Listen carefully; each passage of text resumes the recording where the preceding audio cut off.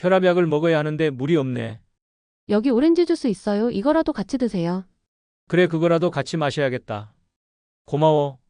안녕하세요, 여러분. 감기약을 먹어야 하는데 물이 없거나 또는 물보다 우유나 커피가 목 넘김이 좋아서 약이 잘 넘어간다는 이유로 심지어는 오렌지 주스가 물보다 영양가가 더 많을 것 같아서 약을 물이 아닌 다른 음료나 음식과 함께 섭취하는 경험이 다들 있으셨을 거예요. 오늘은 정말 중요한 이야기를 나누려고 합니다. 바로 죽음을 부르는 약궁합에 대한 이야기입니다. 제 이름은 김지연입니다. 저는 약사로 20년째 일하고 있습니다. 매일 수많은 환자분들을 만나면서 약에 대한 이야기, 건강에 대한 이야기를 나누고 있죠. 그런데 정말 많은 분들이 모르시는 것이 있습니다. 바로 어떤 약과 어떤 음식은 절대로 함께 섭취해선 안 된다는 사실입니다. 약과 음식의 궁합을 무시했다가 돌이킬 수 없는 결과를 맞이하는 경우가 생각보다 많아요. 오늘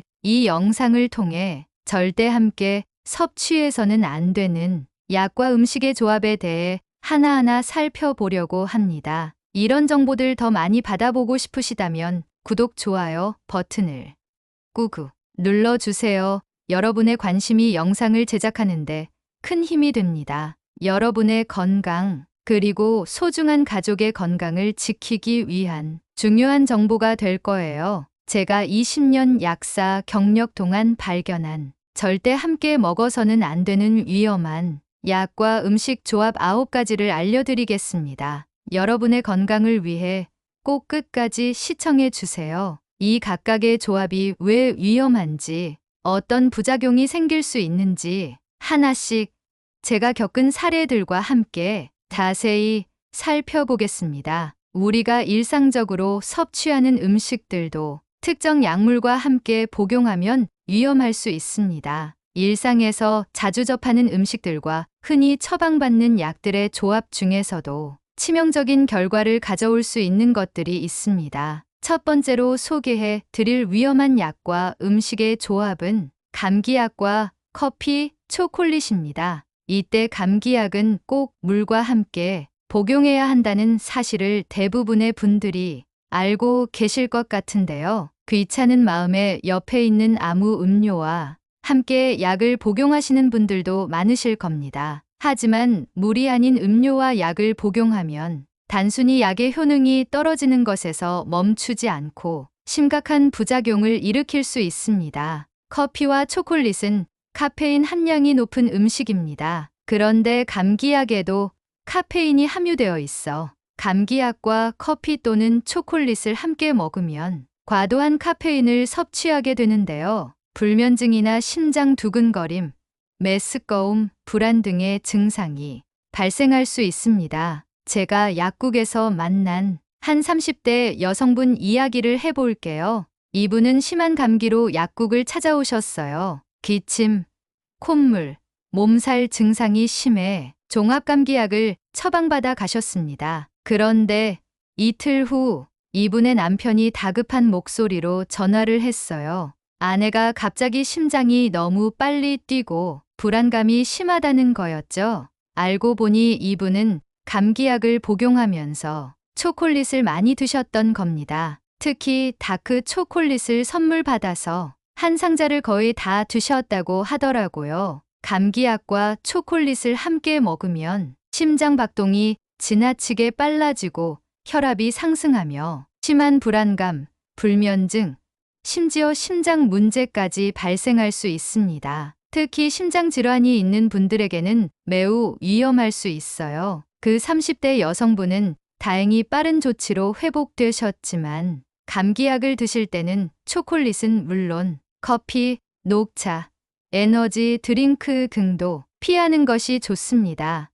여러분의 건강을 위해 꼭 기억해 두세요. 이번에는 두 번째 위험한 조합, 제산제와 오렌지에 대해 이야기해 드리겠습니다. 제가 약국을 운영하면서 만났던 40대 직장인 박 선생님 이야기가 생각나네요. 그분은 만성 위염으로 제산제를 자주 복용하고 계셨어요. 특히 스트레스를 많이 받는 직장 생활 중에 속이 쓰릴 때마다 겔포스 제산제를 드셨죠. 어느 날 박 선생님이 약국에 오셔서 제산제가 전혀 효과가 없다고 하소연하셨어요. 대화를 나누다 보니 원인을 찾을 수 있었습니다. 박 선생님은 최근 건강에 관심이 생겨 아침마다 신선한 오렌지 주스를 직접 짜서 드시기 시작했고 그 오렌지 주스와 함께 제산제를 복용하셨던 거예요. 오렌지는 산성식품이라 제산제의 효과를 무력화시킬 수 있어요.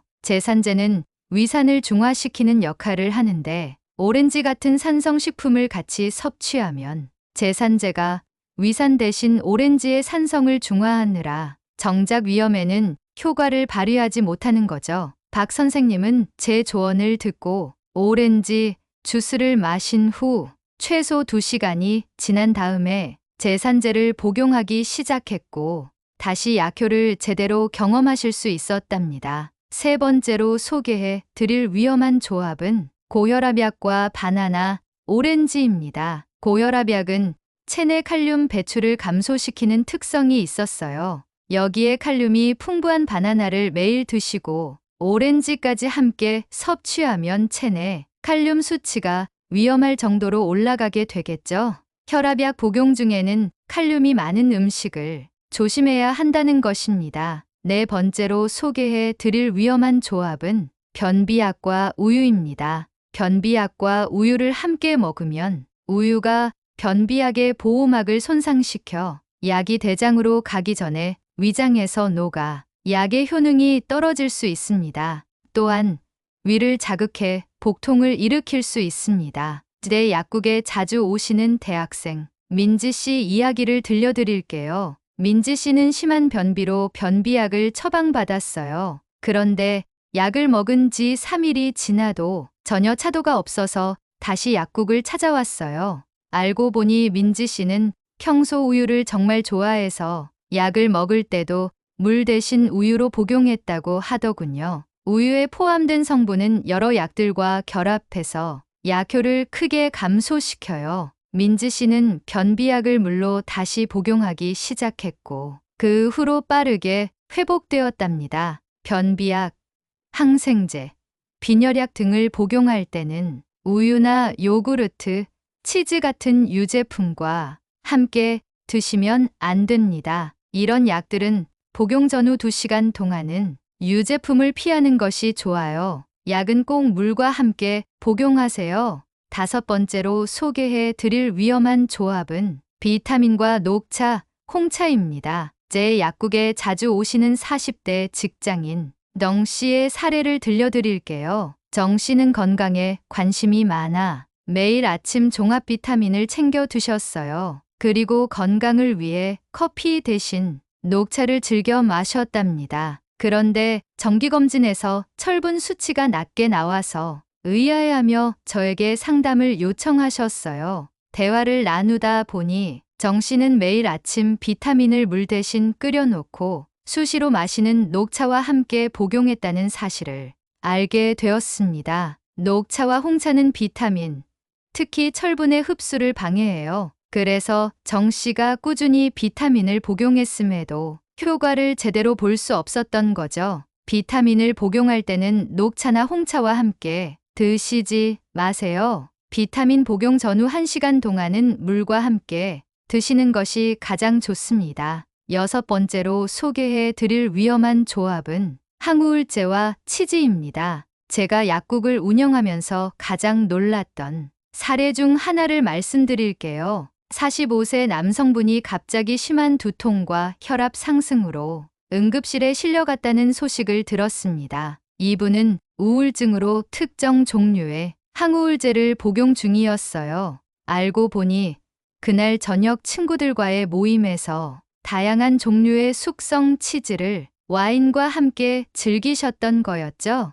이 항우울제와 치즈의 조합이 혈압을 급격히 상승시켜 위험한 상황이 발생했던 거예요. 이분은 다행히 빠른 응급 처치로 위험한 상황을 넘기셨지만 항우울제를 복용 중이라면 숙성된 치즈와 같은 발효식품을 피하는 것이 좋아요. 7번째로 소개해 드릴 위험한 조합은 칼슘 보충제와 커피입니다. 제 약국에 자주 오시는 55세 여성 김 씨의 사례를 말씀드릴게요. 김 씨는 골밀도 검사에서 수치가 낮게 나와 의사의 권고로 1년 넘게 칼슘 보충제를 꾸준히 복용했어요. 그런데 다음 검사에서도 골밀도가 거의 개선되지 않았죠.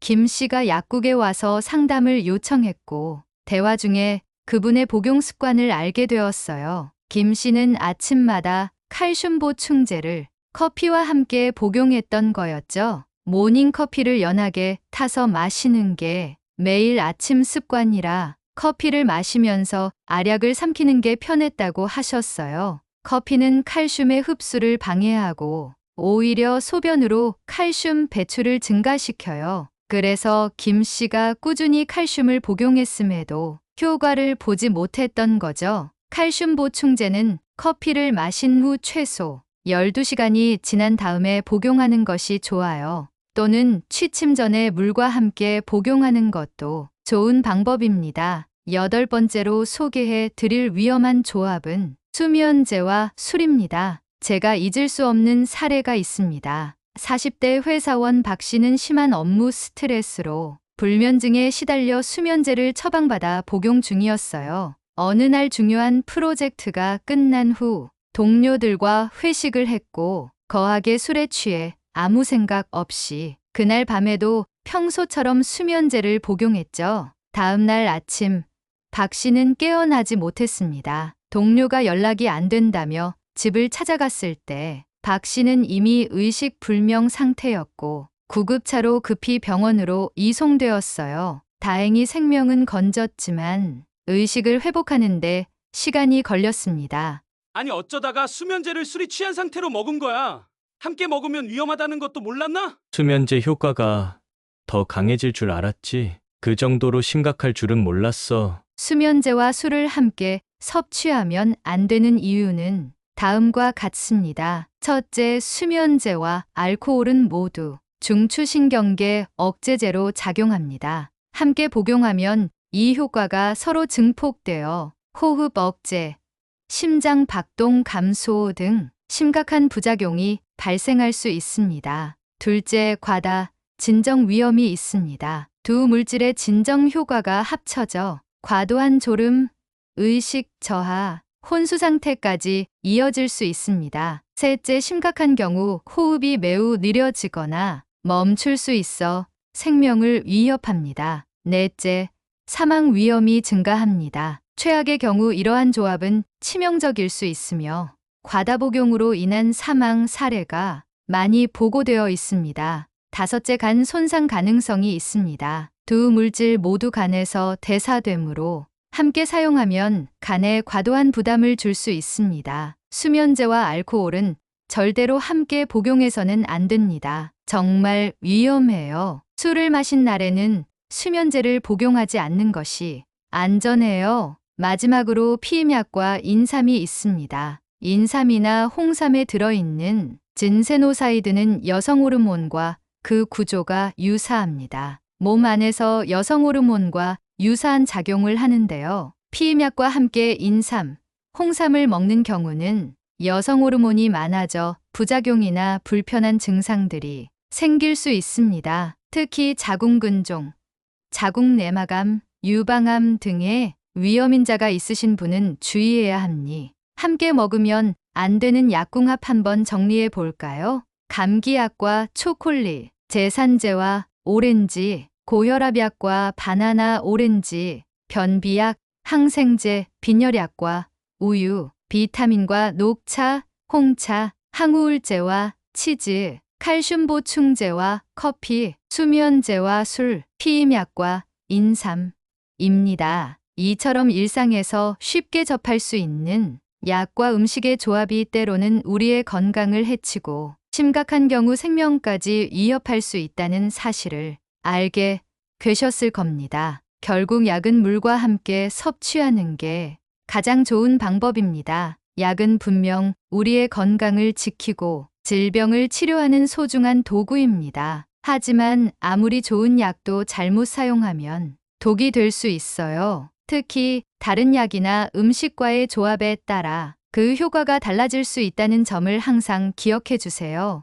제가 20년 약사 경력 동안 가장 강조하고 싶은 메시지는 바로 이것입니다. 약은 반드시 전문가의 지시에 따라 올바르게 복용하세요. 의사나 약사가 약을 처방하거나 조제할 때 드리는 설명과 주의사항을 꼭 기억해 주세요. 그리고 궁금한 점이 있다면 언제든지 질문해 주세요. 여러분의 건강을 위해 우리 의료인들은 항상 최선을 다하고 있습니다. 오늘 소개해 드린 위험한 조합들을 기억하시고 약을 제대로 복용해서 건강한 생활을 유지하시길 바랍니다. 약은 올바르게 사용할 때 비로소 그 진정한 가치를 발휘한다는 것을 잊지 마세요. 여러분의 건강한 삶을 응원합니다. 이 영상이 도움이 되셨다면 구독과 좋아요 버튼을 눌러주세요. 그리고 알림 설정을 해두시면 건강에 관한 유익한 정보들을